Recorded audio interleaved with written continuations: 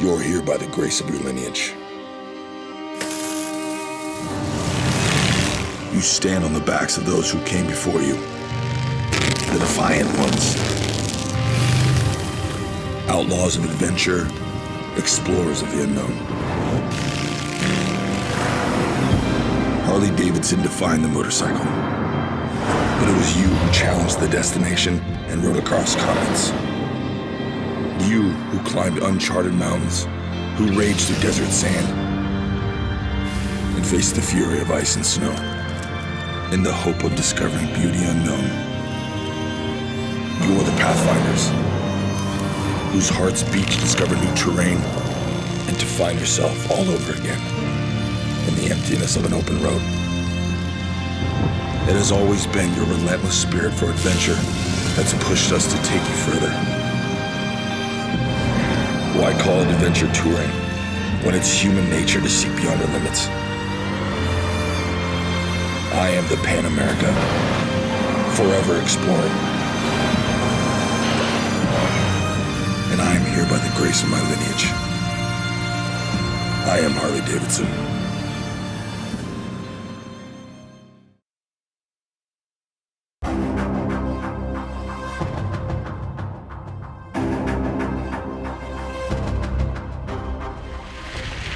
That's what it's about. Look at this.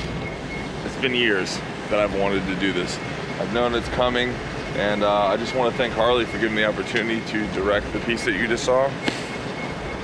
It means the world to me. I mean, my job is to act and direct and, filmmaking, and sometimes you're playing other characters, and it's great. But there's nothing like doing your passion, which is riding motorcycles. And to be introducing this bike for Harley and have the opportunity to make a film for them, I wanted to show something that showed the lineage, where it all came from, how we took those bikes, how we pushed them further, whether that be up a mountain, through the desert, just pushing it to all speeds and taking something that Harley created. And it's really the connection between the human spirit and our adventure for touring, and this is finally here. It's the next generation. So those new pathways, and this is definitely the trailblazer right here. So thank you very much, Harley. I love you.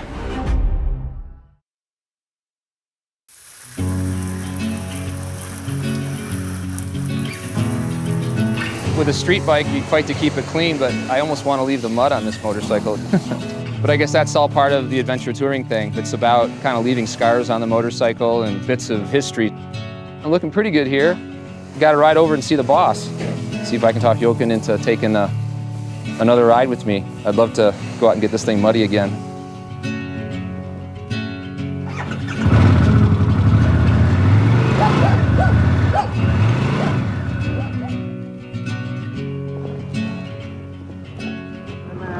How you doing? Let's do it.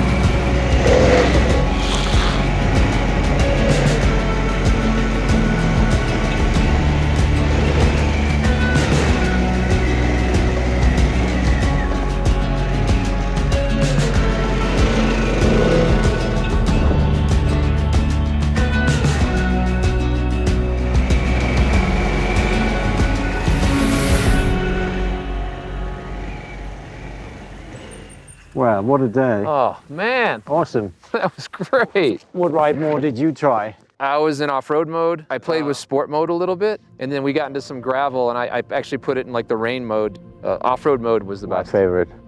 So we get the fire going? Yeah, let's do it.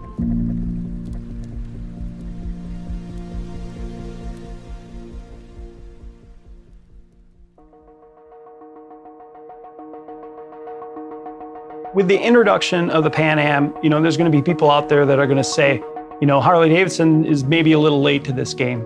And, my answer to that is, this is our game. This is the game that we've always played.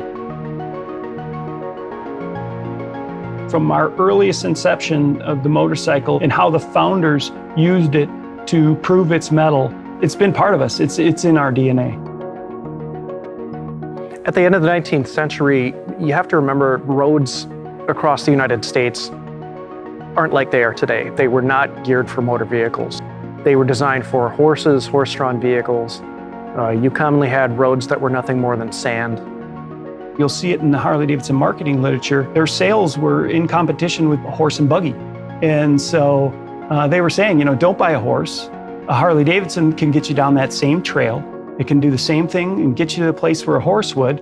And you don't have to feed it. You don't have to clean up after it. And there's just so many more reasons why a Harley-Davidson is a better choice.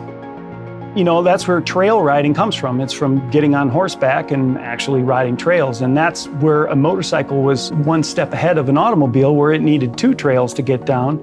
The motorcycle could go down that single trail, and it could get you back to your favorite fishing hole or get you to that favorite hunting spot where the bucks hid out. It's what the early founders really set out to do. You kind of had a perfect storm. You had an engineering guy, you had a manufacturing guy, you had a dealer guy, and then you had a marketing guy. And he said, if we can prove that our motorcycle is far superior to every other motorcycle out there by being able to handle whatever terrain under whatever conditions, that's what people are going to want.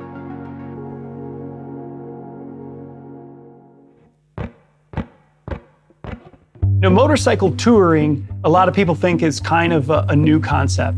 And believe it or not, the Milwaukee Journal-Sentinel actually had their motorcycle tour of the woods that dates back to 1907.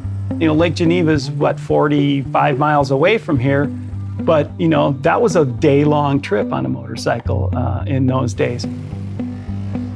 There's one adventure touring story of part that they had developed called a two-speed hub that, among other places, got its testing with a customer who was crusading in Wisconsin to help prevent the spread of tuberculosis.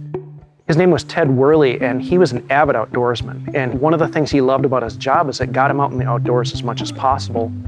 And he ends up writing a pamphlet on behalf of Harley-Davidson called Camping Hints When Touring with a Motorcycle. And it's everything from how to set up your tent. There was a recipe for soup. There's even a great illustration showing how he set up the luggage on his motorcycles.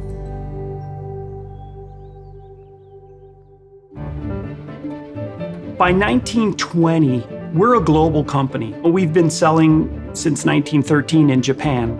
We've been selling in Brazil. We've been selling in Australia, Europe.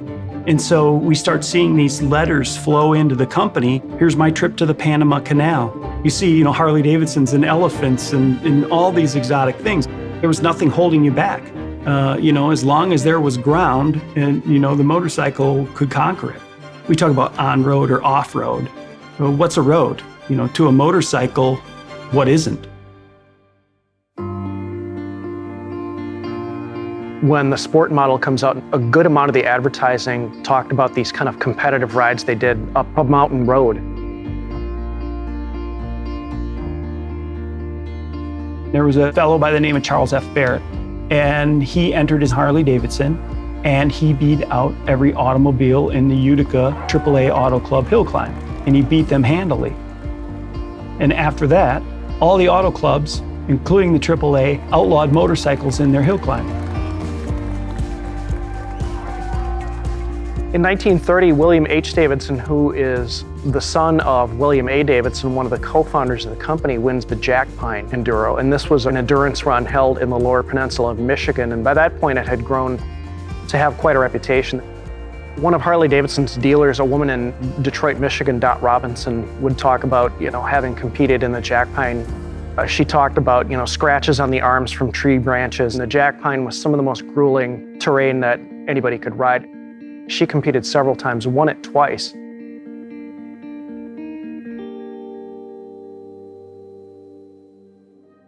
World War II comes along and it changes literally everything for everyone.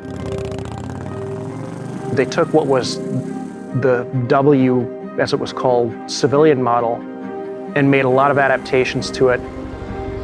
They were specifically designed to handle conditions that the military used things like Jeeps for. It has stronger forks, it's got stronger handlebars, it has a skid plate on it, It's got an air cleaner that has an oil bath so it can handle dusty conditions. Luggage racks and gun scabbards and ammo boxes, they all get incorporated so they can handle that terrain. And they would get letters from servicemen serving in the Pacific, servicemen serving in Europe saying, I was a rider before the war, or maybe they weren't, but they're riding a Harley-Davidson in the military now, and they would report that it's handling it well, and it's really a reliable bike. And you know, those guys wanted reliable vehicles. They didn't want to get stuck anywhere. You never knew when you would get in a tight spot. So as the interstate system comes into play after World War II, and we start seeing the advent of the superhighway in the United States, you know, Harley has to really pivot. You're starting to make motorcycles that can travel at a higher rate of speed. They can carry multiple passengers and more gear. People are going to go further distances. You know, what might have been a day trip that was 60 miles away, now, you know, you might go 300 miles. You know, in 1956, we sell our first true touring motorcycle where it's sold is the fact. It's the king of the highway. And you get saddlebags, you get a windshield. It's got an extra thick buddy seat so you can take a passenger along.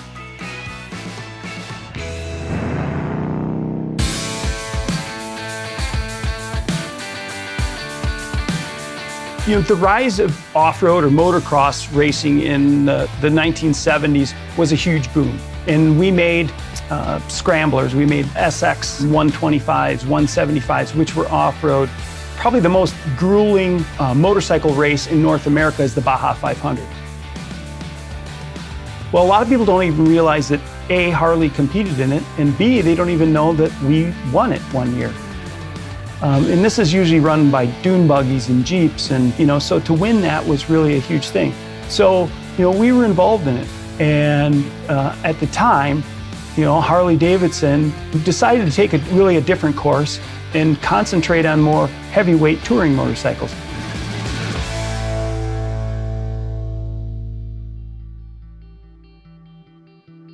Everyone always said, well, you had to make this trade-off. You're either going to be an off-road bike or you're going to be an on-road bike. And to me, that never really made sense, that it had to be this dichotomy of one or the other. And it was like, hey, there's an opportunity here. You know, this is like a missing link. Frankly, we own the Grand American touring market. We are the market.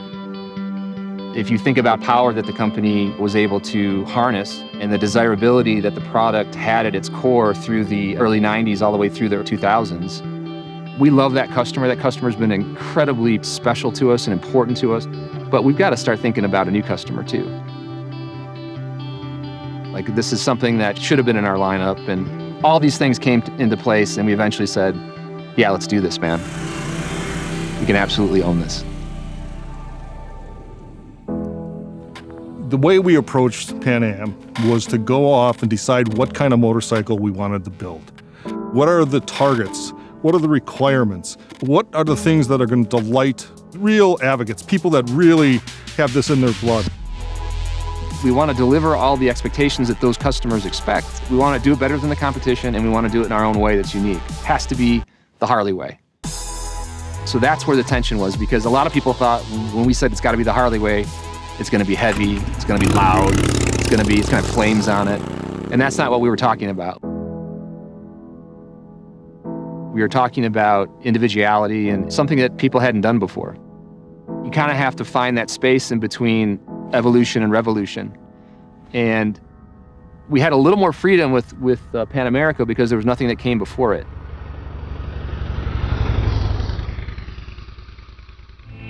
Whenever you do something that's kind of radically different and unexpected, you're going to shake people up. I remember telling leadership at the time, I said, this is exactly what we want.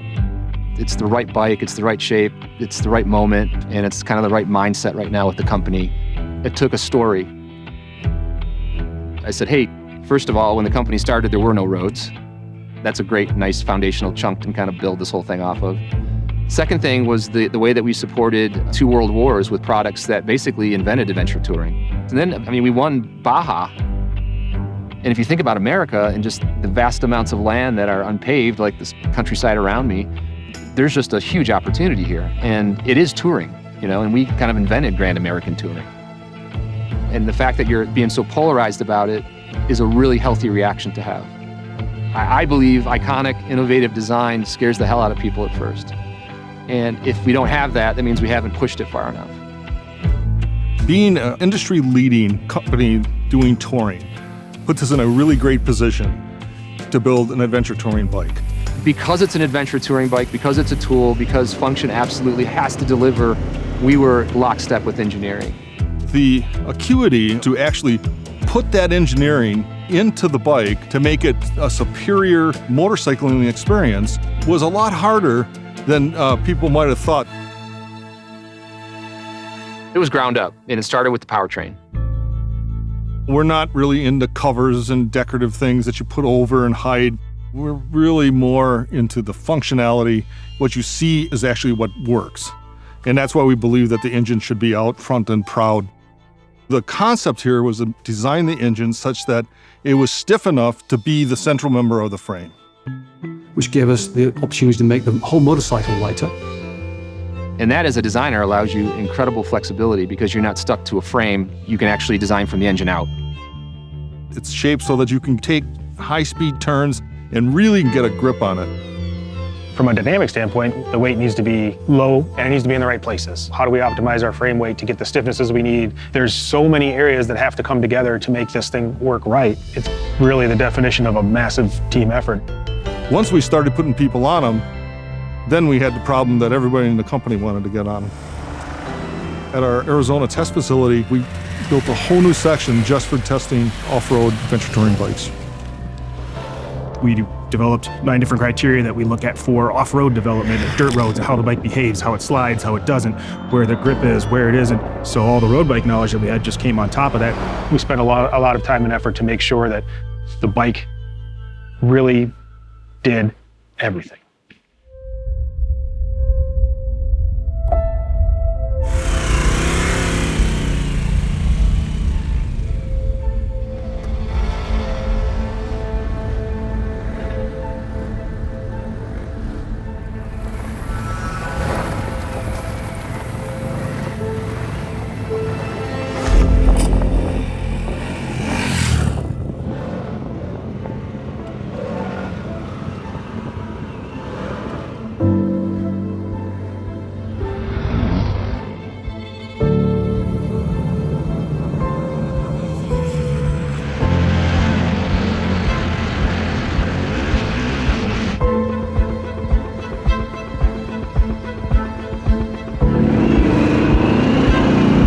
Impressed. We've given the engineers the freedom and creativity to come to this space, and they've really expressed themselves. They've found it almost like an intellectual challenge, and they've done an exceptional job of really reinterpreting adventure touring for Harley-Davidson. This powertrain is a home run for us. This bike has a top speed of 135 miles an hour with cargo. Crazy competent on the road.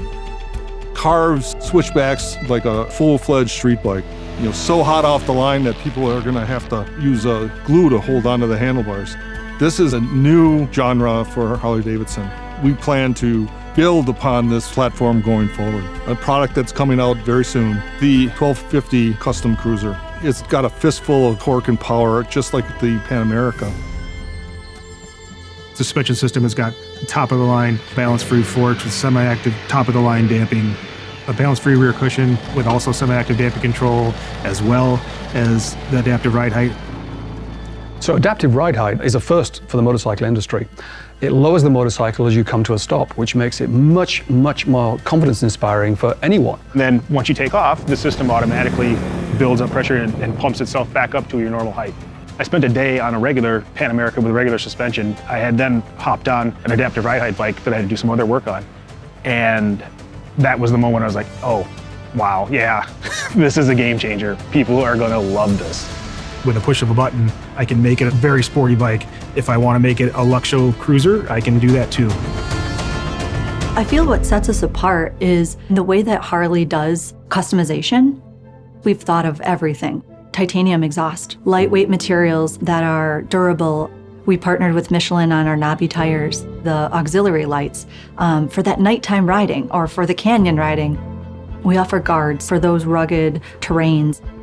We offer 3 different luggage solutions. Our sport luggage, docking mounts right on the vehicle. The aluminum luggage for those off-road riders that are camping. It's all about maximizing space. Soft luggage bags for those ultra rugged adventures. What we do is try to balance out from a look standpoint as well as the functionality of it.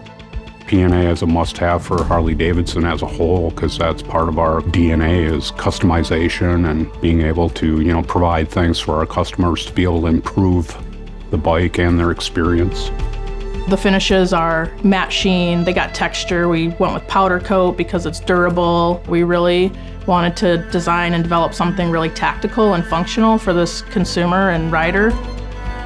I think from a styling and color, material, finish, graphic standpoint, we always look to the past. Harley has such a strong brand identity that we have to look back and, make sure we're nodding to it or also just inspire from it. Harley-Davidson is known for these great leather jackets and our great leather technology, but the adventure touring rider is different.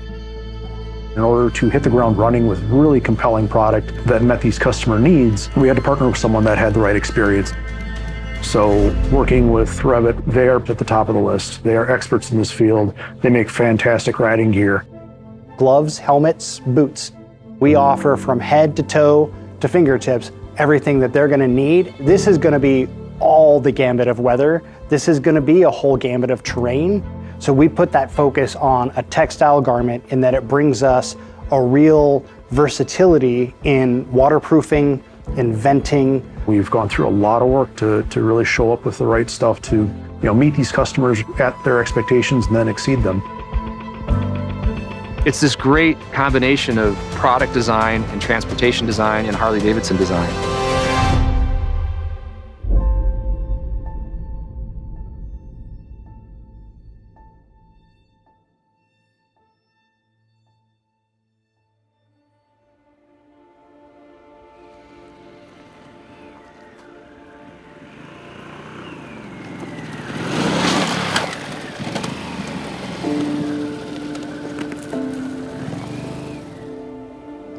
The first cafeteria napkin sketches that led to this thing. Long journey, thinking about the history of the company and kind of creating the missing link, if you will. And now here we are in 2021 with everything that's going on in the world and all the change. And Harley-Davidson is back off-road. To be a small part of that story is, that's pretty exciting. The paved road is one thing. It has its poetry and its moments and its romance, but it doesn't get you here,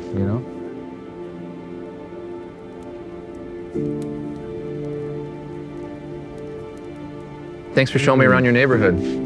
Anytime. These bikes were phenomenal. They really were.